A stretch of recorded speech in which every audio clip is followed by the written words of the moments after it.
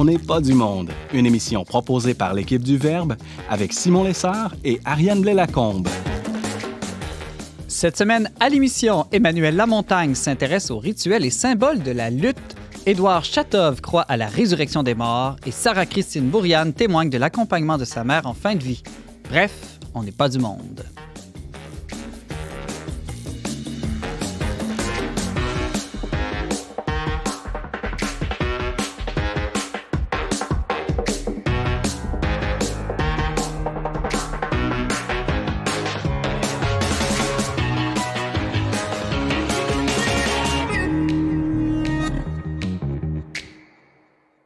Bonjour à tous, ici Simon Lessard en compagnie de ma co-animatrice Ariane Blais-Lacombe. Bonjour Ariane. Allô Simon. Alors, ça va bien? Oui, ça va bien. La grossesse avance? Ça avance, oui. C'est pour bientôt, j'ai l'impression. Replacer mon bébé, là. Il est pas mal dans les côtes. C'est beau, ça fait une personne de plus en studio. Oui, j'y avais même pas pensé. Joyeuse Pâques encore, Ariane? Encore? Ben oui, Pâques. Le temps pascal, en tout cas, ça dure 50 jours, hein? C'est bien ça? Oui, est-ce qu'on va faire ça chaque semaine? Ben, on verra. Là, au moins, aux 2 semaines, je trouve que c'est pas encore de l'abus. C'est bon, c'est bon. Aujourd'hui, une belle émission avec, entre autres, le père Édouard Chatov. Bonjour, Édouard. Bonjour. Alors, tu vas nous parler, toi, de résurrection parce que, justement, on est encore en temps pascal. Tout à fait. Je vais évoquer cet aspect de la vie de tout être humain dont les chrétiens croient, la résurrection, mais cette vie éternelle ressuscitée est donnée et offerte à tout l'être humain. Et aussi, on évoquera peut-être quelques images qui traînent dans la tête de tous les gens, ce qui peut-être permettra encore les conversations. C'est la poule, l'œuf et le lapin. Pas forcément seulement en chocolat, mais en tout cas, l'œuf, la poule et le lapin de Pâques. Bon, alors, la petite ferme que tu as apportée aujourd'hui en studio pour nous. Oui, tout à fait. Merci, Père Édouard Chatov, en tout milieu d'émission. On t'écoutera là-dessus. Emmanuel Lamontagne, bonjour. Bonjour, Simon. Alors, très original ton sujet aujourd'hui. Tu veux aborder avec nous les rites, symboles de la lutte? Oui, la lutte professionnelle, pas de la lutte olympique. Ah, pas amateur, là, Non, des vrais. Des vrais lutteurs, donc ce qui est considéré comme lutte professionnelle, et les similitudes parfois étonnantes qu'il peut y avoir avec certains rituels religieux dans le monde de la lutte professionnelle. Donc, je vous en dis pas plus. Je vois les yeux d'Ariane. Là, je pense Très intriguée. Elle a beaucoup de points d'interrogation. Ouais. Tu auras tout un travail pour la convaincre, j'ai l'impression. Merci d'être là. Sarah-Christine Bourriane, bonjour. Allô. Alors, aujourd'hui, avec courage, je dirais, tu viens quand même nous témoigner d'une expérience très forte que tu as vécue assez récemment. Oui, ça combine un peu la lutte, mais une autre forme de lutte, et la résurrection. Oui, j'ai accompagné ma mère au chevet de sa mort, donc c'est vrai que c'est un sujet un peu moins léger, là. C'est pour ça que c'est à la fin, mais oui, elle est décédée le 18 janvier dernier. Je l'ai accompagnée durant une quinzaine de jours à l'hôpital. Donc, ça a quand même... ça m'a vraiment beaucoup marqué comme expérience. Puis, ça me marque encore, comme vous le constatez. On a tous très hâte d'entendre ça. Merci beaucoup d'être avec nous. Tu seras notre dessert aujourd'hui. Bon, merci. Alors, Ariane, est-ce qu'on fête quelque chose cette semaine, à part, évidemment, Pâques? Oui, c'est toujours Pâques, mais c'est aussi cette semaine le jour de la Terre, hein, le 22 avril. Je savais pas. Et je te l'annonce. Puis en fait, je trouvais que c'était un thème intéressant parce qu'avec le pape François, l'écologie intégrale, on sent que c'est de plus en plus un souci dans l'Église. Puis je me suis demandé si nos églises veulent être plus vertes, quelle est leur source principale de pollution? Et là, c'est pas la question de mon quiz parce que j'ai pas trouvé de réponse là-dessus. Mais c'est sûrement le chauffage. Le chauffage, je pense? Moi, je pense que oui. Le déplacement des prêtres entre les paroisses qui s'agrandissent de plus en plus. Des prêtres, pas sûr. Peut-être des fidèles, mais pas des prêtres. Peut-être pas tant que ça. fidèles. Mais bref, je suis tombée sur la question de la pollution sonore causée par les églises. Parce qu'en fait, j'ai vu qu'en Afrique, il y a plusieurs pays qui se sont mis à adopter des législations récemment pour restreindre la pollution sonore causée par les églises, les bruits émanant des églises. Puis là, c'est beau, des sons de cloche, il me semble. Ben, c'est vrai, ça peut devenir beaucoup, mais je me suis dit, mais coudonc, combien de fois par jour est-ce que les cloches sonnent, coudonc? De moins en moins aujourd'hui. De moins en moins. Mais j'ai envie de vous demander, traditionnellement, quand et pourquoi est-ce que les cloches d'une église devraient sonner dans une journée? L'Angélus. L'Angélus. Ça peut être jusqu'à 3 fois par jour, l'Angélus. 7 heures, midi, puis en soirée de 8. 7 heures. Normalement, je pense que c'est 6, midi 6. Quoi d'autre? Est-ce que c'est les seuls moments? Avant la messe, non? avant la messe pour dire aux fidèles, venez-vous-en. Pour appeler les fidèles pendant la messe aussi. Pendant la messe, à la vigile Oui, pascale, oui. au Gloria. Oui, pendant la messe, dans la tradition ancienne, on sonnait les cloches pendant la consécration. Ah oui, dans certains monastères encore aujourd'hui. Oui, tout à fait. C'est quand la cloche dans le chœur sonnait, le carillon sonnait aussi. Donc, on savait qu'en ce moment, il y a le grand mystère qui est célébré. Dans les monastères, on sonne les cloches 1 heure avant l'office, 15 minutes avant l'office, 5 minutes avant l'office. Et donc, l'office a lieu 7 fois par jour. Donc, on sonne à Tout toutes le ces temps. séquences. Fait qu'on peut comprendre les gens qui habitent proche d'un monastère, peut-être, de cette année, des sons de cloche, toujours. Puis je rajoute à ça aussi les baptêmes, les mariages et les À la funérailles. fin, hein? Donc, c'est vrai que ça peut faire beaucoup, mais de nos jours, en tout cas, au Québec, il me semble qu'on les sonne pas si souvent que ça. Puis, en tout cas, pour ma part, je trouve ça quand même Il y a réjouissant là, aussi à la- d'entendre les cloches. Il y a aussi à la mort d'un pape. Mais ça arrive pas à chaque moins jour. souvent. Oui, tout à fait. Peut-être moins une cause de plainte, là, quand même. Il y a de la fumée Et- aussi, c'est une autre pollution. Ouais. Et ce qui peut-être, il faut aussi rappeler que nous avons changé un peu le contexte. Avant, les cloches, c'était une communication. Chaque sonnerie a communiqué quelque chose. C'est-à-dire le son d'Angélus n'était pas le son avant la messe et le son disons, de consécration n'était pas le même. Le gland de défunt n'était pas le même. Donc, tous les alentours savaient quelle est la nouvelle pour cette communauté qui habite autour du clocher qui est transmise. Aujourd'hui, c'est juste ça sonne et on ne sait même pas pourquoi. Puis on va sur Twitter pour savoir qu'est-ce qui se passe. Un marqueur de temps et un facteur de communauté. Voilà. Merci beaucoup, Ariane. Alors, c'est parti pour cette émission.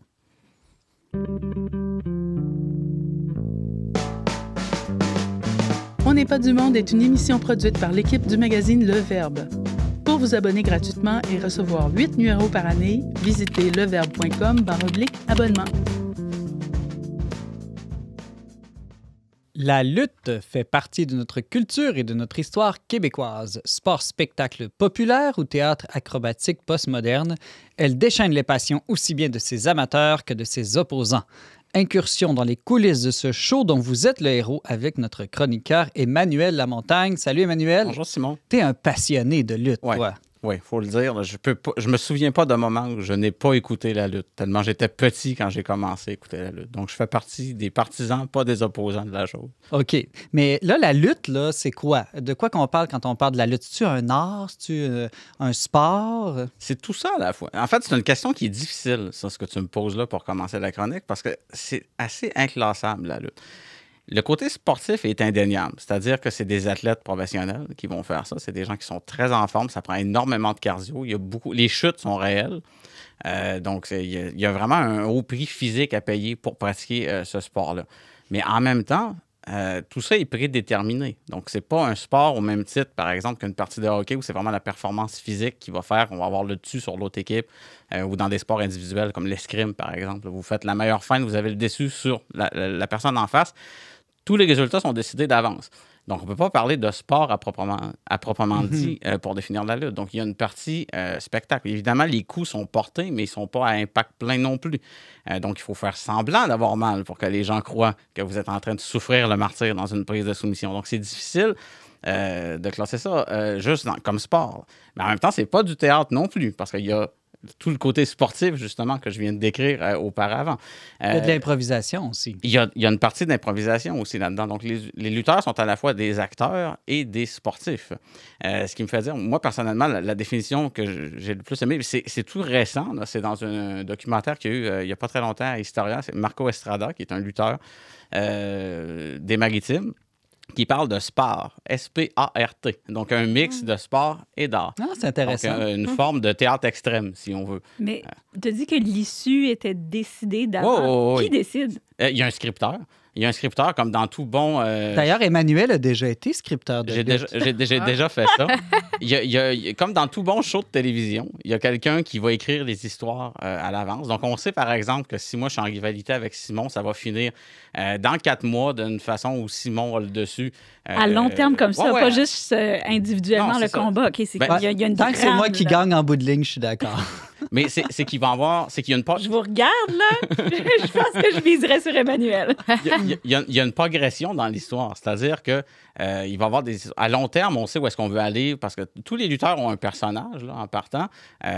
Donc, on va savoir où est-ce qu'on veut amener le personnage, quelles émotions. Comme dans un téléroman. Je veux dire, il y a un script qui est donné. Parce que si c'est un sport, le fait que ce soit fake ou prévu d'avance, ça perd son intérêt. Mais si c'est comme un film, les films aussi sont scriptés, puis le scénariste sait d'avance qui va gagner ou perdre le combat entre le bon et le méchant. Moi, je n'irais pas jusqu'à fake, non. Parce que, comme je dis, ça fait mal. Je veux dire, prendre une chute sur un ring, c'est douloureux. Donc, il y a vraiment une partie... c'est prédéterminé. C'est vraiment le meilleur mot. Ou arrangé, si vous voulez. Mais à ce moment-là, c'est comme le théâtre, comme tu dis, ou comme le film. Ou je dirais peut-être comme la danse, parce que je veux dire, c'est pas parce que c'est physique que c'est un sport. Je veux dire, la danse, ça peut être très, très physique, c'est très exigeant, c'est des gens qui sont... C'est chorégraphié. Oui, c'est ça. L'exemple que tu donnes avec la danse est excellent, en fait, parce que ce qui va faire la qualité d'un match, c'est la communication entre les lutteurs. Donc, il y a une forme de danse. Il faut que toi, si on lutte ensemble, il faut que tu saches comment réagir quand je fais tel mouvement. Parce que je ne veux pas, comme je te dis, si je te fais une prise et tu ne sais pas comment tomber, c'est sûr que je vais te faire mal. Donc, il faut que tu sois au courant de ce que je vais faire, puis de prendre la prise de la bonne façon. Puis il y a beaucoup de timing qui est important là-dedans. OK, Emmanuel, je t'arrête. Là. Nous, on est une émission foi et culture. Oui, on a du timing à respecter. J'aimerais qu'on parle de l'aspect rituel, presque liturgique, en fait, dans une représentation ou un spectacle de lutte. C'est très codifié, tout ça. Pourquoi est-ce que, selon toi, l'être humain, on dirait, est toujours attiré par ces genres de combats chorégraphiés? Je peux pas m'empêcher de penser au sumo dans la culture japonaise ou encore aux gladiateurs dans la culture romaine. On dirait qu'on a un intérêt inné pour ça. Bien, c'est la lutte. C'est une représentation de la lutte entre le bien et le mal. C'est ce qui fait tout l'intérêt de la chose. Comme tu dis, oui, il y a une forme de rituel dans la lutte. Les lutteurs vont approcher le ring dans une forme de procession, si on veut. Parce qu'il y a tout le temps une entrée des lutteurs avec de la musique, avec des gestes particuliers que la foule va répondre ou des paroles. Tout le monde a ce qu'on appelle un catchphrase, c'est-à-dire une phrase qui va être répétée un peu ad nauseam. Comme à la messe, il y a certains bouts de phrases qui sont répétés à chaque semaine. Les gens savent quoi répondre. C'est le même principe. Pas ad nauseam, quand même. Peut-être pas ad nauseam, mais les gens vont savoir quoi répondre quand même. C'est la même chose avec les lutteurs. C'est intéressant. Dans les deux cas, on n'est pas que spectateur, on est acteur. Non, aussi. c'est ça. Exactement. Puis surtout, au niveau de la lutte, c'est le seul endroit où le public est encouragé à participer. À déranger le spectacle. À déranger le spectacle, en quelque sorte. Parce que c'est le seul. Si vous allez au théâtre et vous vous mettez à crier après la personne qui fait le méchant, vous allez vous faire sortir. Non, mais à l'impro, on peut lancer des gougounes sur le monde, non? À l'impro, oui, c'est vrai qu'à l'impro, ça fonctionne. Par contre, à l'impro, il n'y aura pas d'influence à long terme sur le spectacle, ce qui peut être le cas à la lutte. C'est-à-dire qu'un méchant peut devenir bon si les gens se mettent à l'aimer. Ça peut influencer le scripteur après ça. Pas dans l'issue du combat qui se passe ce soir, par exemple. Mais à long terme, il peut avoir une influence, ce qui ne sera pas le cas en improvisation. Donc, c'est vraiment unique comme concept. Il y a tout un langage symbolique très riche, là, je dirais, anthropologiquement parlant, dans l'univers de la lutte. Hein? Tu parlais du combat entre bien et mal. Est-ce qu'il y a d'autres aspects comme ça? Oui, en fait, il y a une thèse là, c'est Pierre Falardeau, le cinéaste québécois bien connu, qui a fait sa thèse en sociologie sur la lutte professionnelle. Ça vous étonne peut-être, mais c'est son sujet de mémoire de maîtrise qui est disponible. Vous pouvez aller lire ça sur Internet. C'est disponible à l'UDM ou l'UQAM, enfin. Pierre Falardeau lutte, vous allez tomber si vous cherchez ça. Lui, il défend, en fait, justement, que tout l'aspect de rituel de ça, c'est ce qu'il veut démontrer, que c'est un rituel, puis il va codifier ça comme un langage symbolique entre deux bidômes. C'est-à-dire que d'un côté, vous avez le méchant et l'arbitre, qui socialement vont représenter le criminel, pour le méchant, si on veut, et l'autorité corrompue. J'explique. L'arbitre, souvent, à la lutte, c'est connu, il ne voit pas ce qui se passe à moitié. Il est dérangé par la foule, il est dérangé par le gérant, pendant que le méchant va tricher pour gagner le combat. C'est un très mauvais arbitre. C'est un très mauvais arbitre. En passant, le rôle de l'arbitre, c'est de s'assurer de la sécurité des lutteurs qui sont dans le ring. Le rôle réel. Okay. Le rôle réel de l'arbitre, c'est à ça qu'il sert. Il s'assure en tout temps de la sécurité. Mais c'est scripté, ça aussi, qu'il soit dérangé. Oui, évidemment. Okay. Évidemment, c'est que si il y a un combat entre deux lutteurs, puis il y en a un qui a un gérant, le gérant sait exactement à quel moment monter sur le bord du ring pour que l'arbitre regarde dans la mauvaise direction pendant qu'il y a quelqu'un qui donne un coup de chaise en arrière. Ça éveille en nous notre sentiment d'injustice. Exactement. Donc, ça c'est ce qui crée l'injustice. Puis de temps en temps, l'arbitre va voir le mauvais coup. Ça vient rétablir un sentiment de justice, comme il y a, si on veut, une force policière qui va voir un crime, qui va régler le problème, mais qu'à côté, il va s'en passer encore pendant un grand moment. Face à ça, on a un autre binôme, c'est-à-dire qu'il y a la personne qui joue le bon lutteur, ce qu'on appelle le babyface en langage de lutte, et le public. Donc, c'est-à-dire, là, on parle avec le héros et le peuple qui acclame le héros de l'autre côté. Ça, c'est vraiment la thèse de Pierre Falardeau par rapport au côté sociologique et à la fonction rituelle de la lutte dans la société comme une espèce d'exutoire et d'un catharsis. J'aimerais, Emmanuel, si tu le permets, me tourner vers le père Édouard, profiter de sa présence comme prêtre, comme Édouard. Comme prêtre, quand tu entends parler de la lutte, je ne sais pas si tu as déjà assisté à un spectacle de lutte, est-ce que tu vois spontanément des parallèles avec les rituels, le rituel de la messe, qui est une forme de combat aussi entre le bien et le mal, d'une certaine manière? Oui et non. Je ne verrai pas forcément le parallèle direct. Probablement, c'est plutôt le rituel anthropologique plus général où il y a précisément la notion de catharsis, de purification qui vient par la force de l'être humain qui vient de se produire. C'est d'où il est important que tous les acteurs, et le bon et les méchants, et la foule, et l'arbitre, et l'autre qui joue son rôle. Parce qu'en fait, on nous encourage pour dire que nous sommes vraiment l'acteur 200% de notre vie. Même s'il y a des pouvoirs qui nous échappent, mais on est 200%. Tandis que si, malgré tout, je prends le rituel de la célébration eucharistique, de la messe, c'est un catharsis, mais autrement.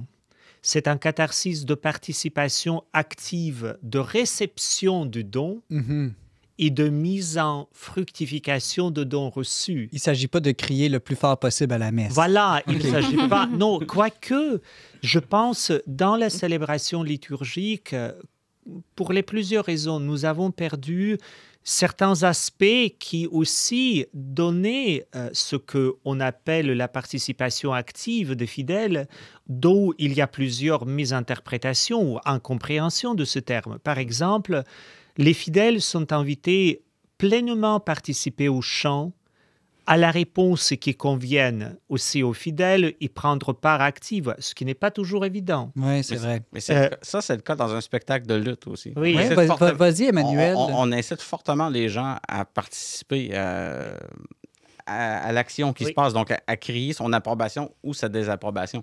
La fonction première de la lutte, là, c'est quand même de raconter une histoire. C'est-à-dire que c'est une illusion de violence, parce que c'est scripté. Bon, ça demeure quand même violent. Là, je vois Ariane qui me regarde avec des doutes, mais ça demeure quand même violent. Mais tout ça est une forme d'illusion. Le méchant, ce qui vient servir, c'est comme dans tout schéma narratif. C'est-à-dire que c'est un obstacle qui est à la réalisation d'une destinée du héros. Donc, que ce soit le lutteur ou Ulysse ou Hercule ou peu importe, je veux dire, c'est le même schéma narratif. Ça prend des obstacles parce que s'il n'y a pas d'obstacles, il n'y a pas d'histoire. Donc, le méchant gagne beaucoup plus souvent que le bon à la lutte. Le bon va finir par gagner la ceinture de championnat, mais au bout de multiples épreuves. Sinon, il n'y a pas d'histoire. C'est plate. Ça n'a aucun espèce d'intérêt d'aller se faire raconter une histoire où il ne se passe rien. OK, mais comment est-ce que l'histoire est racontée, là? En se tapant un coup de Parce que chaise? tu n'es jamais allé voir un spectacle de Non, lutte, je suis comme à la Ariane. fois très sceptique, mais comme de plus en plus curieuse. Là. Continue. Il y a deux façons de raconter l'histoire. Il y a une façon, d'abord, par le combat en lui-même. C'est-à-dire que, par exemple, on veut faire un petit lutteur, quelqu'un qui mesurerait, disons, 5 pieds, 125 livres, qu'on va mettre contre quelqu'un qui fait 6 pieds 6, 325. Comme moi contre le père Château. On a une histoire à la David contre Goliath. Oui, OK. Dans ça. Donc, par le combat même, la façon d'en arriver Ça fait à ce que appel à David des gagne. mythes que le public connaît. Il n'y a pas besoin de raconter l'histoire de David et Goliath. On la connaît, on la reconnaît dans eux. Dans ça, parce que tu as vraiment une grande disparité entre les temps. Il y a aussi le fait que les lutteurs vont faire ce qu'on appelle une promo, c'est-à-dire qu'il va y avoir des scripts où ils vont simplement parler au micro pour faire avancer l'histoire, la trame narrative. Il y a des liens d'un spectacle à l'autre dans une saison. Donc, il faut que tu t'abonnes, en fait. Ben, tu peux pas parler de saison parce que la lutte, ça, c'est encore là, comme différence au sport, il n'y a pas de pause. Il n'y a pas de pause pendant l'été. C'est 52 semaines par année. Avant qu'on se laisse, là, Emmanuel, j'aimerais revenir sur une idée que le père Chatov a dit, la catharsis, la purification. Les gens qui vont voir de la lutte, ils se permettent des choses qu'on ne se permet pas dans la société, hein, de crier fort, de dire des mots qu'on ne devrait pas dire en public, mais en même temps, est-ce que ça ne les aide pas après dans la société justement à être non-violents? Ou à l'inverse, diraient certains, ça attise en eux des comportements violents? Moi, je pense que c'est une soupape. Tu vas là pour sortir, parce que c'est permis, en fait. Il y a une convention qui fait que c'est permis à cet endroit-là de crier n'importe quoi. Puis le méchant, il est là pour ça, se faire crier n'importe quoi. Puis il t'encourage à le faire. Parce que la pire chose là, qui peut arriver à quelqu'un qui joue un méchant dans un spectacle de lutte, c'est retourner en arrière dans les coulisses puis qu'il n'y a pas eu de réaction dans la foule. Ça veut dire que tu es pourri. Tu veux te faire crier après si tu joues un méchant, au même titre que tu veux te faire acclamer si tu joues un bon. Ça veut dire que tu ne l'as pas si les gens ne crient pas pour toi. Donc, pour moi, c'est vraiment une soupape sociale. Puis la lutte, c'est un sport de classe populaire à la base. Là, c'est devenu un sport. Oui, c'est un sport, un sport, mais de classe populaire à l'origine. C'est apparu au 19e siècle dans les fêtes foraines. Les racines, si on veut, de la lutte professionnelle contemporaine. Super intéressant. On pourra aller sur leverbe.com. On a 2 ou 3 textes sur les liens entre lutte, culture et même foi, d'une certaine manière, pour en savoir un peu plus. Emmanuel Lamontagne, doctorant en histoire de l'art et passionné de lutte québécoise. Merci beaucoup. Merci.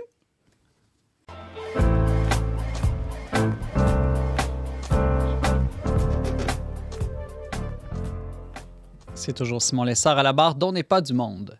Christ est ressuscité, Christ est vraiment ressuscité. Les chrétiens scandent ce slogan durant plus de 50 jours après Pâques. Mais que signifie exactement ressusciter?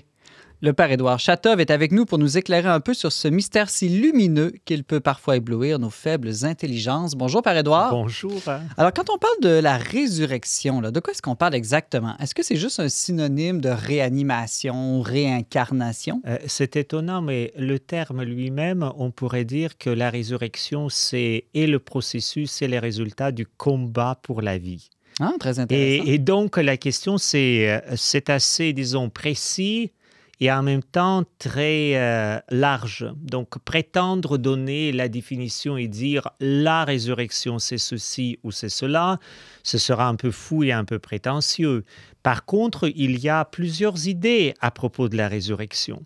Et donc, le mot en tant que tel, elle veut dire une chose toute simple, se tenir debout, d'être redressé, d'être dans la posture de droiture. Je vois tout le monde qui est en train de se redresser le dos en ce moment. Parce que, en fait, être pécheur dans le langage hébraïque, c'est être tordu, avoir des torsions, et c'est d'ailleurs pour cela que, parce que tout le monde est tordu à différentes manières, quand on se croise, on se fait du mal, et donc quand on va se redresser, toutes et tous, on va vivre en communion sans se faire du mal. Mais il y a aussi cet aspect de se tenir debout, non pas seulement dans la posture physique, mais dans la posture spirituelle, d'être pleinement vivant. Et c'est à partir de cela qu'il y a vraiment les choses qui divaguent.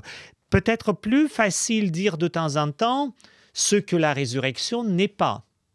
Alors, qu'est-ce que la résurrection n'est pas, Édouard Chatov? Est-ce que c'est la même chose que la réincarnation? Non, parce que, par exemple, nos contemporains ont beaucoup s'intéressent à la réincarnation.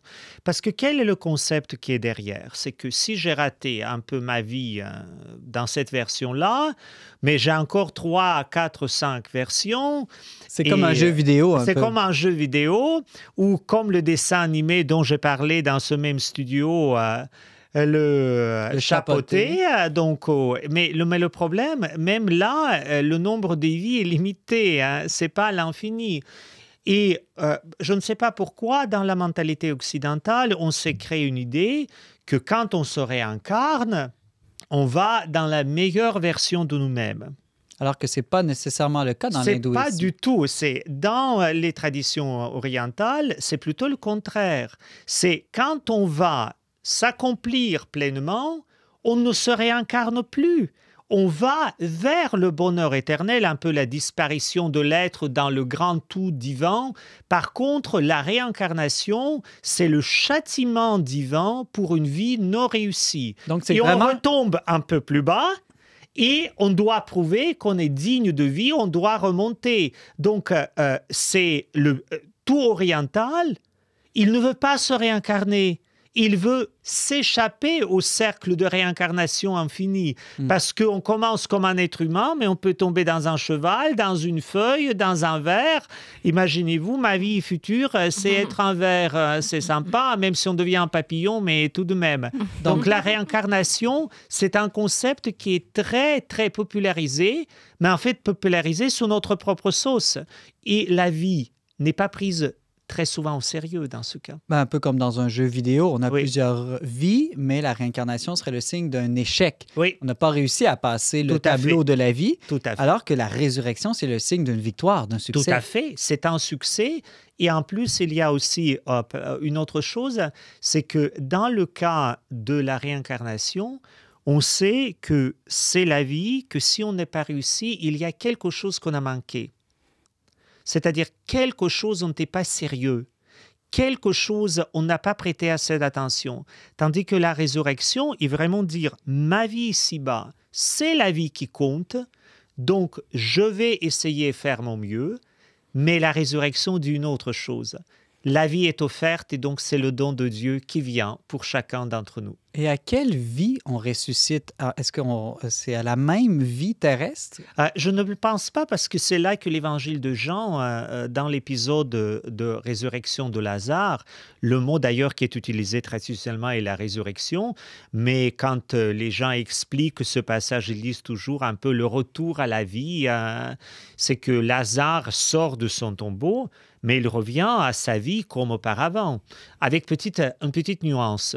Je ne sais pas, est-ce que quelqu'un qui a traversé la mort, ce qu'aujourd'hui nous montrent certains récits des gens qui ont traversé la mort imminente, On revient ou transformé clinique, quand même. on ne revient pas pareil. Mhm. On ne revient pas pareil. Sauf que l'Évangile nous précise, on veut tuer Lazare, donc Lazare va mourir à nouveau. Il demeurait mortel, capable Oui, de maladie, voilà, de souffrance. Tout à fait. Il demeure même s'il est transformé. Donc Oui. ça, c'est la première chose. Mais il demeure lui-même, contrairement à la réincarnation. Tout à fait. Où il serait quelqu'un d'autre totalement. Tout à fait. Il demeure précisément lui-même, Lazare, ami de Jésus, qui entend sa voix. C'est intéressant pour une époque qui valorise le sujet, le mystère de la résurrection, puisqu'il garde notre individualité. Tout On pourrait à dire fait. correspond mieux peut-être à notre sensibilité moderne, Tout à fait. alors que la réincarnation, comme tu le dis bien, Emmanuel, nous fait perdre notre personnalité. Tout à fait. Tout à fait. Puis il n'y a pas aussi, tu as mentionné la réanimation, là. Il n'y a pas aussi le cas du fils du centurion romain Tout à qui fait. Le est cas moins du fils mort, de mettons, centurion que romain. Lazare. Non, il y a le cas du fils de centurion romain. Il y a le cas de fils de veuve de Naïn, donc qui est mentionné dans les évangiles. Il y a le cas de fils de fameuse veuve de Sarepta dans l'Ancien Testament que le prophète Élie fait retourner à la vie. Il y a Saint Pierre qui fait revenir à la vie Talitha dans la ville de Jaffa, d'où d'ailleurs il y a une grande église où cet événement, c'est raconté dans les Actes des Apôtres. Donc les retours à la vie, c'est évident, mais c'est pas ça la résurrection. C'est pas le retour juste le retour à la vie tel qu'on l'a connu. C'est pas la réincarnation. C'est vraiment quelque chose de nouveau. Et c'est pour cela c'est difficile précisément à dire ce que la résurrection nous dit, et c'est la résurrection de Jésus-Christ évidemment, c'est que on est reconnaissable, mais on est méconnaissable. On garde notre personnalité, mais on ne peut plus nous saisir de la même manière comme avant. Par exemple, Jésus se retrouve au milieu d'une pièce où les portes sont fermées. Certains disent qu'il a traversé les murs. Je ne sais pas est-ce qu'il a traversé le mur, le texte ne le dit pas, et ça sera allé trop vite, mais on dit qu'il est là, au milieu d'eux. Quelle est cette manière de se rendre présent au milieu d'eux? Cette manière ressuscitée, il est tout autre. Voilà. Je pense à un fœtus qui devient bébé, qui devient adulte, c'est la même personne, mais il y a une transformation de l'être tout de même dans cette croissance. Voilà, et c'est là que peut-être on peut dire que la résurrection, dans le cas de Jésus-Christ, nous fait comprendre quelque chose à propos de destin ou de l'appel de tout être humain, mais qu'on ne peut pas s'approprier de 100%. On peut qu'accueillir ce don. Père Édouard Chatov, j'aimerais qu'on aborde ensemble certains symboles ou signes de la résurrection dans la culture populaire. Donc, à Pâques, là, on voit comme toute une petite fermette souvent apparaître en décoration, des poules, des œufs, des lapins, des lièvres. Pourquoi est-ce que ce seraient ces animaux-là qui représenteraient ce mystère de la résurrection? Moi, je ne vois pas le lien là, immédiatement. Parce que ce sont les symboles qui existent déjà dans l'humanité. Il existe avant Jésus-Christ. Sauf que quand les chrétiens vont dire le mystère de la résurrection, ils doivent aborder un langage qui est compréhensible à tout le monde. Donc, ils vont dire la poule. Quand on regarde la poule, elle prend soin de ses petits et elle pond des œufs. Elle pond des œufs et c'est comme Dieu qui donne la vie, qui prend soin de ses petits. En plus, il y a cette phrase qui, dans l'Ancien Testament, que Dieu dit « Moi, j'ai voulu vous rassembler », et Jésus cite ça dans l'Évangile, « Moi, j'ai voulu rassembler comme la poule qui rassemble ses poussins, et vous n'avez pas écouté. » Voilà pourquoi, précisément, ici, à la résurrection, Dieu enfin rassemble ses poussins, ses enfants, et il les réussit. Ça, c'est la poule. Les œufs, quand on regarde un œuf, c'est ce qu'on appelle l'éternité de Dieu. C'est un peu ovale, rond. Et c'est de l'œuf qui apparaît la poule. Donc, le don de la vie, c'est comme l'univers qui éclate. Attends, est-ce que c'est l'œuf ou la poule qui vient en premier? On verra. Quand on verra Dieu, on le demandera là. Mais la question, c'est que l'œuf, il éclate. Donc, la résurrection, c'est un éclatement. Et peut-être pour se tenir droit dans la posture spirituelle ou même physique, de temps en temps, il faut adopter les nouvelles habitudes. Il faut sortir du cadre un peu préétabli. Donc, l'œuf, c'est un peu ça. Et c'est pour cela qu'on représente aussi ce monde divin un peu arrondi. D'ailleurs, les œufs, les poules et les lapins, ou le lièvre plus précisément, parce que ce n'est pas exactement le lapin, hein, c'est le lapin du forêt qui a été pris en symbole. C'est devenu un peu le lapin domestiqué. Et très souvent, c'est enveloppé dans les feuilles dorées parce que l'or, c'est la peinture ou la couleur créée pas par la main humaine. C'est un minéral qui existe déjà, donc depuis des siècles, et dans la chrétienté, et dans la culture chrétienne et ailleurs, il représente l'éternité de divin.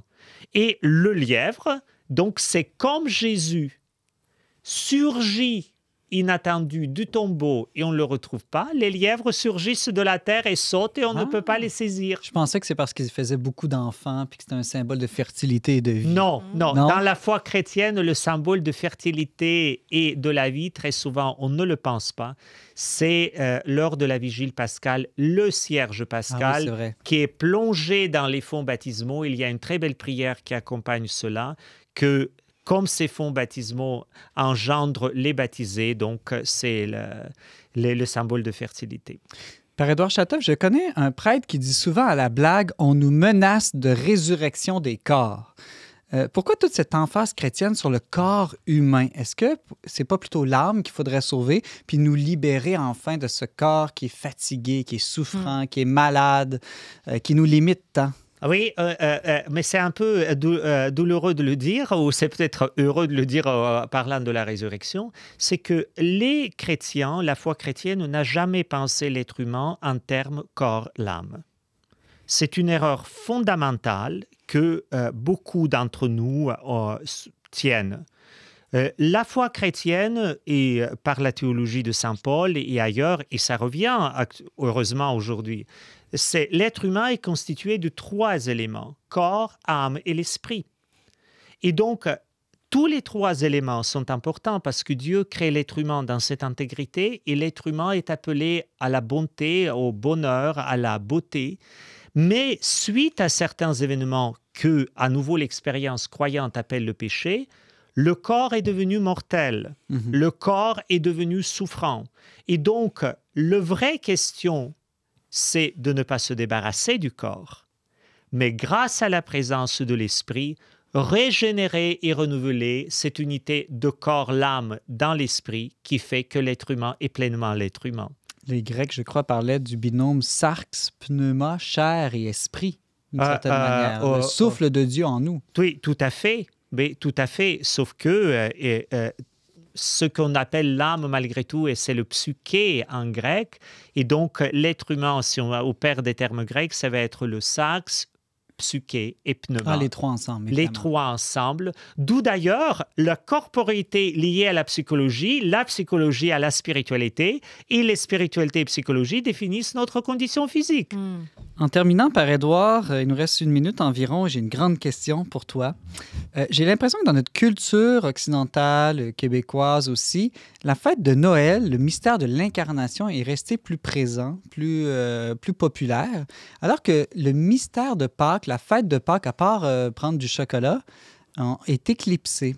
Pourquoi? Est-ce que, selon toi, le mystère de la résurrection, est-ce que c'est un mystère qui ferait moins écho à notre culture que celui de l'incarnation? Aussi, j'aurais pu répondre à ta question. Je ferais une vraie percée dans la pensée mondiale parce que tous les spécialistes de la pensée un peu croyante chrétienne se posent cette question dans plusieurs livres, dans plusieurs ouvrages. On remarque qu'en Occident surtout, on va prêter l'attention à la nativité. Et en Orient chrétien, on prête beaucoup plus d'attention à Pâques. Très intéressant, je ne savais pas ça. Donc, la Pâques, c'est la fête principale de l'année. La nativité, ça joue son rôle, mais la nativité n'a aucun intérêt s'il n'y a pas de fête salvatrice de l'événement de Pâques. Parce que l'être humain est sauvé pendant la fête de Pâques. Et ça commence à l'incarnation, la nativité, mais ça aboutit et s'accomplit dans la fête de Pâques. Et c'est peut-être là qu'il y a aussi les accents qui sont mis un peu de temps en temps bizarrement dans la culture un peu de l'Orient chrétien sur cette transcendance sacrée de Dieu et au côté occidental, plus sur l'humanité, l'immanence. Mais peut-être il faut combiner les deux et voilà peut-être le défi actuellement de les faire un peu entrer en communion plus profonde et les valoriser. Merci beaucoup, Père Édouard Chatov, prêtre assomptionniste et directeur du Centre Foi et Culture Le Montmartre à Québec. Merci et bon temps, Pascal. Bon temps, Pascal, aussi à tout le monde.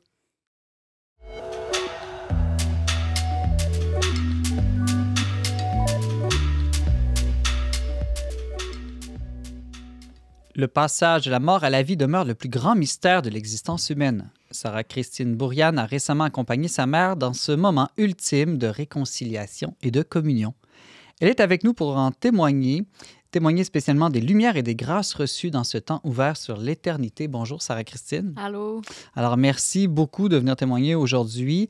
C'est pas facile parce que c'est un souvenir quand même frais à ta mémoire. Oui, c'est récent. Donc, ta maman est décédée au mois de janvier dernier. Oui. Dans quelles circonstances, d'abord, est-ce que ça s'est passé? Et aussi, peut-être, juste pour nous mettre rapidement en contexte, quelle était ta relation avec ta mère? Étiez-vous très, très proche? J'étais pas très, très proche, justement. C'est pour ça que ça a été un moment de grâce vers la fin comme ça, parce que durant toute ma vie, j'ai comme voulu être proche d'elle, mais elle, il y a comme eu une brisure au début de son mariage. Quand je suis arrivée dans le décor, bon, ça change une vie avoir un enfant, mais... Puis moi, c'est ce rapport-là que j'ai eu avec elle. Puis d'ailleurs, après sa mort, j'ai comme appris à la découvrir sous un autre jour, puis je regrettais de ne pas avoir connu cette version-là d'elle, si je peux dire. Donc, dès qu'elle m'appelait... Elle m'appelait vraiment souvent, puis j'étais comme toujours bête avec elle au téléphone. Puis j'arrêtais pas de me dire « Ah, il faudrait que je me rapproche de ma mère, il faudrait que je me rapproche de ma mère. » Et là, je vois que ça se passe moins bien pour sa santé. Ça faisait 40 ans qu'elle n'avait pas consulté de médecin. Puis il n'y avait aucune ressource à domicile pour elle. Donc moi, j'assistais passive au déclin de sa santé. Puis je voyais plusieurs signes qui annonçaient ce qui s'en venait. dont, à un moment donné, elle n'était plus capable de se relever de sa chaise. Puis, à un moment donné, elle était juste complètement couchée par terre durant 12 heures. Je l'ai comme su parce que ma grand-mère m'a appelée parce qu'elle était comme plus capable de lui parler au téléphone. Donc, quand on est arrivé sur les lieux, elle avait le visage tout enflé, elle respirait mal. Puis les ambulanciers ont dû appeler les policiers pour l'amener à l'hôpital parce qu'ils n'avaient pas le droit de la laisser par terre puis elle n'était pas capable de se relever. Donc, c'est un petit peu le contexte qui a précipité un petit peu le fait que sa fin de vie, là, mais elle était déjà en fin de vie. OK. Ouais. Et puis, rapidement, à l'hôpital, la situation, je pense, s'est aggravée. Comment est-ce que tu as réagi? J'imagine qu'on t'a dit assez rapidement qu'elle était probablement dans ses derniers temps. Ben, les médecins ils essaient de sauver. Donc, Ouais, ils essayaient OK. de sauver les signes vitaux de ma mère. Ils t'annoncent pas qu'elle va mourir. Je comprenais par le petit écran bleu à gauche de ma mère que son cœur battait à 170. Donc, je voyais le cardiologue dans la pièce. Quand tous les spécialistes sont dans la pièce, c'est pas bon signe. C'était aux soins intensifs, donc la pièce est toute petite, pas de lumière. Puis je vois ma mère qui entre dans un état de confusion. Moi, ça prend du temps à comprendre. Les événements se bousculent. Toi, t'es là, t'essaies de comprendre ce qui se passe. T'as pas beaucoup d'informations. Puis ma mère, je vois qu'elle commence à me dire des phrases comme « Est-ce que tu voudrais me donner une louche de peinture? » Des choses comme ça. Donc moi, je commence à quand même angoisser de plus reconnaître tout à fait ma mère. Puis je la vois dans un récit de déni, de dire « Ah, tout va bien. » Elle voyait pas, on dirait, le mal qui lui arrivait. Puis moi, à un moment donné, j'ai comme changé d'attitude parce que je me disais, ben voyons, elle comprend pas que ça va mal. C'est quoi son problème? Tu sais, moi, c'était toujours l'attitude que j'avais envers elle. Puis quand je vois que c'est ça, ses reins fonctionnent plus, que son cœur fonctionne plus, à un moment donné, j'allume qu'on va probablement m'annoncer imminemment que c'est la fin. Puis là, elle me disait qu'elle avait froid, elle me répétait ça. Puis à un moment donné, je me suis dit, bon, les petites couvertes d'hôpital super minces avec des petites rayures bleues, c'est pas très chaud. Donc, je suis allée au centre d'achat lui acheter une couverture épaisse. Puis pour moi, ça a été... C'est très banal, là, aller dans un centre d'achat, tout le monde y va. Je suis allée, je sais pas combien de fois, mais là, ça m'apparaissait comme je suis dans le palais de la surconsommation. Puis là, moi, mon but, c'est d'aller acheter une couverture pour ma mère qui est dans ses derniers jours sur Terre. C'est comme si le contraste entre ce que je vivais, l'ouverture de mon cœur qui commençait à se faire, que j'avais tellement espéré depuis longtemps, face au trafic des humains qui continuent à acheter, à consommer en vain, ça me frappait. Puis quand je suis arrivée, je lui ai mis cette couverture-là. C'est comme si je disais, ben maman, maintenant, j'accueille ta vulnérabilité. J'accepte que je vais pas te changer, que même si en ce moment, tu comprends pas ce qui se passe, tu es encore dans le déni, je veux être là. Puis là, il a commencé à avoir un déclic qui s'est fait, mais durant toutes ces jours-là aux soins intensifs, tu sais comme pas quoi faire. T'es comme... c'est ça, c'était pas facile. Là. Sarah-Christine Bourriane, j'imagine que quand la médecine ne peut plus rien faire, qu'on ne peut plus sauver le corps, on entre évidemment dans l'ultime étape de la vie sur Terre, mais j'imagine que et ta mère et toi, ça a dû changer quelque chose, le fait qu'il n'y ait plus cette perspective, disons, de salut corporel. Oui. Ben là, c'est ça que... Là, on était aux soins intensifs. C'est sûr que quand ils t'annoncent là, que la mort, il reste quelques heures à vivre, quelques jours, là, tu vois que l'équipe médicale arrête tous les soins là, pour sauver son corps. Puis que là, tout d'un coup, c'est les questions de mystère. Tout de suite, on la débranche. Ben, en tout cas, on débranche toutes les fils là, qui la nourrissaient, qui lui donnaient des médicaments, tout ça. Puis, 15 minutes après, dans la chambre, t'as comme l'intervenant en soins spirituels. Puis là, on entre dans une autre étape de soins, si je peux dire. Et là, c'est vraiment l'accompagnement de la fin de vie qui commence à se vivre, les soins palliatifs. Oui, exactement. Là, c'est la possibilité d'avoir les derniers sacrements. Tu sais, tout déboule vite. Là, tu sais pas si dans une heure, la personne sera plus là. Tu sais pas combien de temps ça peut durer. Puis on est comme dans une autre temporalité. Là. Elle a été transférée dans l'unité de soins palliatifs. Une grande chambre avec des fenêtres. Donc, j'étais quand même très heureuse de changer de lieu. Mais oui, là, on entre vraiment dans une autre logique. C'est d'être là avec quelqu'un qu'on n'essaie plus de sauver, mais qu'on accompagne vers une autre forme de salut, si je peux dire. Là. Ariane? Je peux pas m'empêcher de me demander, est-ce qu'ils vous ont proposé l'aide médicale à mourir? J'ai eu peur qu'il le propose parce qu'à un moment donné, ma mère a parlé plus tard, là, parce que tout l'épisode que je raconte, finalement, ça n'a pas duré quelques heures, ça a duré 8 jours. Mais à un moment donné, la question se pose, même dans l'entourage, ils disent, ben là, combien de temps qu'elle va rester comme ça? Ça n'a pas de bon sens. Puis elle-même a dit, dans un genre de 5 minutes de lucidité, « Ah, je suis prête à partir. C'est quand la piqûre? » Tu sais, les gens ont comme ça en tête, puis ça tombait que l'infirmier avait entendu. Puis là, il me dit, ouais, lundi, quand le médecin va revenir, va falloir parler d'un plan d'intervention pour la suite. Fait que là, j'ai commencé à avoir peur, mais dans la situation de ma mère, elle était quand même inapte à le décider parce qu'il y avait de l'encéphalopathie. Donc, c'est pas venu sur le sujet, mais j'imagine que s'il y en avait eu pour plusieurs mois, là, peut-être que... Donc, il n'y a pas eu d'euthanasie, mais tu as été à son chevet pendant tous ces derniers jours, ces dernières heures, en tout cas autant que possible. J'imagine que vous avez vécu des moments intenses. Oui, donc moi, dès qu'elle est arrivée aux soins palliatifs, je m'attendais à ce qu'elle meure. Même l'infirmier m'a dit, à mon avis, vu son état de santé, elle ne durera pas durant la nuit. Donc là, t'es là, t'attends, t'oses à peine te lever pour aller chercher un café, puis je vois ses doigts qui devenaient bleus, ses lèvres, et puis là, la seule chose que je peux faire comme chrétienne, c'est de prier. J'ai rien d'autre à faire que de prier. Chapelet de la miséricorde, j'enchaînais. Il y a toutes sortes de litanies pour ça aussi, là. J'ai découvert tous les offices des défunts. Donc, ça devenait très intense, puis je voyais qu'il y avait un combat, là. Dans ses yeux, là, la peur était palpable. Dès qu'elle fermait ses yeux, elle les rouvrait. Et puis là, vers 2 heures du matin, l'infirmier me dit vous devriez peut-être aller vous reposer. Parce que là, je lui pose des questions. Pouvez-vous me dire c'est quand? On peut pas te répondre. Bon, elle va mourir. Puis même, je me surprenais à faire des prédictions. Là. Ça va peut-être arriver à 10 heures ce soir. C'est intéressant. C'est un mystère qu'on ne peut pas parfaitement contrôler et prévoir le moment de la mort. Ben oui, exactement. Puis finalement, il me dit certaines personnes, moi, je vois quand il y a des regains d'énergie comme ça, madame, allez vous reposer. Des fois, des personnes attendent une personne à voir, quelque chose à régler. Fait que moi, cette phrase-là de l'infirmier a vraiment fait son chemin. Et le lendemain, quand je reviens, je vois que ma mère est plus lucide parce qu'elle avait plus l'effet des médicaments. Puis je me dis, quelque chose à régler. Avec moi, j'ai quelque chose à régler avec elle. Et tout de suite, j'appelle un prêtre pour me confesser. Il a d'ailleurs prié sur ma mère. Puis après ça, il y a une paix là, qui est venue dans mon cœur. Je savais que durant ces instants-là de vie que Dieu donnait en bonus à ma mère, que moi, j'avais un chemin à faire avec elle. Puis tout ce que j'avais toujours espéré pour notre relation, c'est comme si d'une manière accélérée, ça s'est fait durant ces instants-là qui sont donnés. C'est tellement intense, là. C'est comme si tu peux pas être ailleurs quand tu vis ça. Puis là, quand je suis entrée là-dedans, il y a des bénévoles que je connaissais qui sont venus, qui avaient de l'expérience avec les soins palliatifs, qui m'ont un petit peu appris comment gérer cette période-là de soins palliatifs. Je voyais, il y avait une femme, elle lui flattait les cheveux, elle l'aidait à prendre des respirations. Puis même, des fois, ça me faisait penser à un accouchement, là, parce que la personne respire. C'est l'inversion des rôles. Oui, exactement. C'est ma mère qui m'avait donné la vie. Même à un moment donné, je lui donnais à boire. Je me disais, mais c'est elle qui m'a donné à boire quand j'étais tout petite.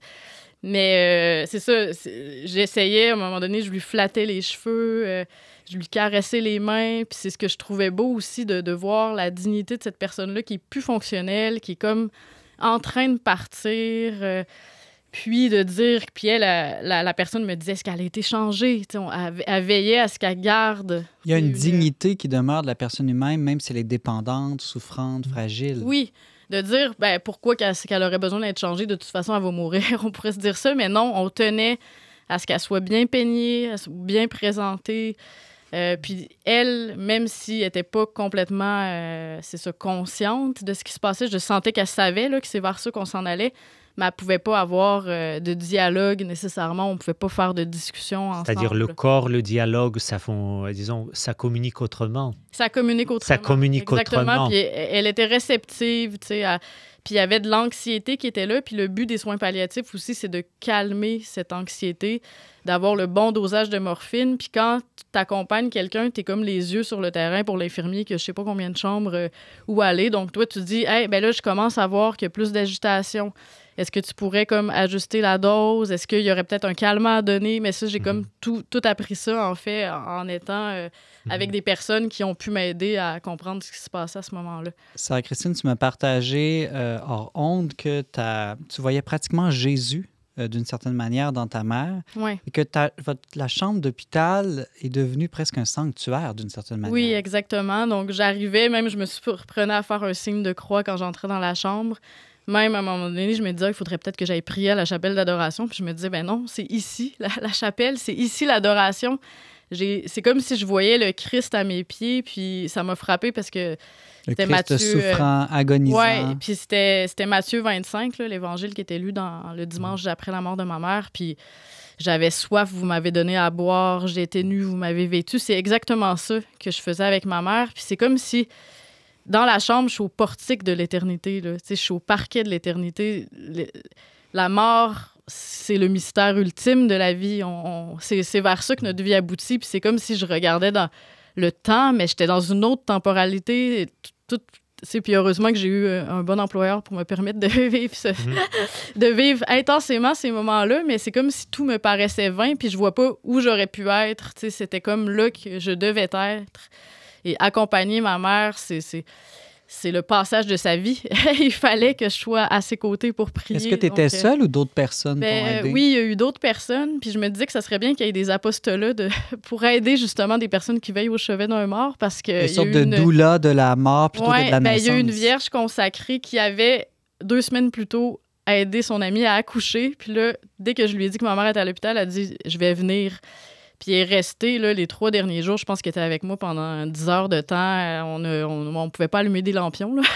On nous l'a fait remarquer, mais on s'est mis à chanter des chants en hébreu.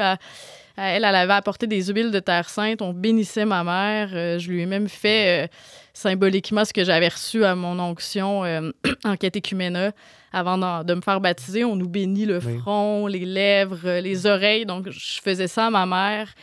Et on chantait des chants, c'est un chant en hébreu qui disait ton nom est inscrit au livre de la vie. Donc, c'était très, très, très priant. Puis je pense que ça a marqué aussi tout le personnel soignant qui voyait quelle importance, quelle attention on accordait à ce passage-là qui est en train de se vivre. Il nous reste très peu de temps, Sarah. J'aimerais quand même, lorsque le moment ultime de la mort est venu, comment ça s'est passé? Est-ce que ça s'est passé quand même dans la douleur, dans l'angoisse ou dans une forme de paix, de lumière? Mais j'ai vu ma mère devenir plus sereine au fil des jours, sourire, puis plus on approche de la mort, plus la personne va m'amener à perdre l'état de conscience. C'est le dernier sens qui reste, c'est Louis. Donc, moi, je l'ai vue devenir sereine, même faire des blagues vers la fin. On a eu des moments de fou rire. Donc, elle est passée de l'angoisse à une forme de sérénité. J'étais pas là au moment où elle est décédée, en fait. Je retournais quand même coucher chez moi, mais pas longtemps, des nuits courtes. Puis quand on m'a appelée, ben moi, je suis arrivée là dans un esprit de prière parce que c'était comme ça qu'on avait vécu les 8 derniers jours avec elle. Puis j'ai même appelé des amis. J'ai croisé un pédiatre croyant. Dès que je suis entrée dans l'hôpital, je le vois. Puis on s'est mis à entourer, à se tenir les mains pour faire un Notre Père avec les mains de ma mère. Et on a fait toutes sortes de prières encore pour terminer. Là, terminer, en tout cas, c'est pour l'accompagner. Traverser ce moment. Exactement. Donc, on a pris tout le temps qu'on avait. On a 3 heures avec qu'il l'amène à la morgue. Donc, j'ai vraiment utilisé ces moments-là pour veiller avec elle. Le temps est malheureusement écoulé, mais si tu avais à résumer en un ou quelques mots toute cette expérience d'accompagnement à la vie, d'une certaine manière, si on croit à la vie éternelle, comment est-ce que tu résumerais ça? Bien, l'accueil de la vulnérabilité de ma mère, qui est devenu un moment sacré. Les derniers moments sur Terre, c'est vraiment pas rien. C'est vers ça que tout le monde se dirige. Puis d'avoir assisté à ça, j'ai vu à quel point c'est grandiose, ce passage-là, puis qu'on vit notre vie pour ça, en fait. Puis que si on a la chance de pouvoir veiller au chevet de quelqu'un, c'est une grâce. Il y a des grâces incroyables qui sont données pour ce moment-là, très précis, d'une vie qui se clôt, mais qui naît à une autre vie. Sarah-Christine Bourriane, journaliste pour le magazine Le Verbe. On peut lire ton témoignage sur leverbe.com. Merci infiniment pour ton partage si authentique et touchant. Merci de votre écoute. Vous aimeriez réécouter ou partager une chronique dont n'est pas du monde? Abonnez-vous dès maintenant aux pages YouTube et Facebook du Verbe Média pour retrouver toutes nos émissions et ne pas manquer C'est l'avenir.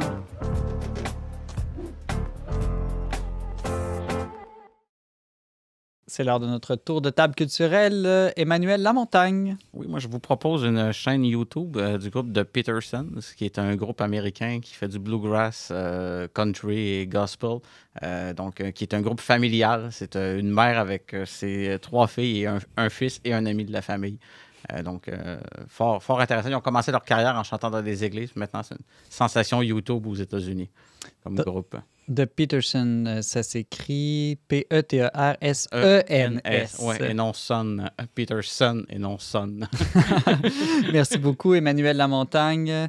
Par Édouard Chatov, quelque chose à nous suggérer? Ah oui, évidemment, mais un peu peut-être inhabituel pour les auditeurs et les auditrices du Verbe.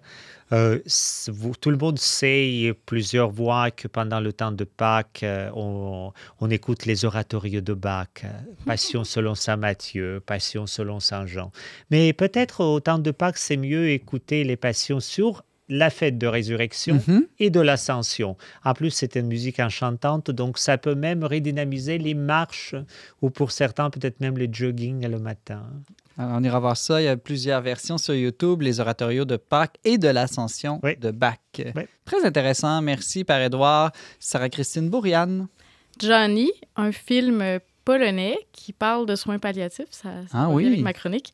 C'est basé sur des faits vécus. Un prêtre qui a fondé une maison de soins palliatifs, puis s'est mis en scène avec l'histoire d'un ex-criminel qui doit faire des heures communautaires dans ce centre-là et qui est complètement transformé par la rencontre de ce prêtre-là et d'accompagner les mourants. Ça change vraiment sa vie. Donc, je vous le recommande. Oui, c'est la deuxième personne qui me dit d'écouter ce film. Bon. Johnny, entre autres, disponible sur la plateforme Netflix. Ariane Blais-Lacombe, on termine avec toi. Oui, on reste dans le Netflix. Moi, j'ai écouté le film The Wonder du réalisateur Sébastien Lelio. Puis, je recommande le film parce que j'ai trouvé que c'était un bon film. J'ai apprécié l'écouter. C'est un film avec un sujet quand même assez lourd. Ça se passe en Irlande après la famine. Puis, c'est une infirmière anglaise qui est envoyée en Irlande pour évaluer si une jeune fille qui apparemment ne mange plus depuis 4 mois est réellement une miraculée ou s'il s'agit finalement d'une grosse mise en scène. Donc, je suis moi-même pas certaine de ce que je pense au final du film. Ça m'a beaucoup habité, mais j'invite les auditeurs quand même à l'écouter parce que c'est un bon film, puis à nous écrire si qu'est-ce qu'ils en pensent, puis aussi beaucoup d'une perspective chrétienne. Je sais pas si j'aime ça finalement ou si je suis pas d'accord ou quoi en penser. Okay. Fait que aidez-moi à décider, s'il vous plaît. En tout cas, tu as réussi à piquer ma curiosité. Merci beaucoup, Ariane. Et merci beaucoup à vous d'avoir été avec nous cette semaine. Vous pouvez réécouter cette émission en format balado ou vidéo en tout temps sur Facebook et YouTube. Pour tous les détails, visitez leverbe.com/radio. Je remercie Ariane Blais-Lacombe à la co-animation, Marc-Antoine Baudette à la technique. On se retrouve la semaine prochaine, même heure, même antenne, pour une autre émission dont n'est pas du monde.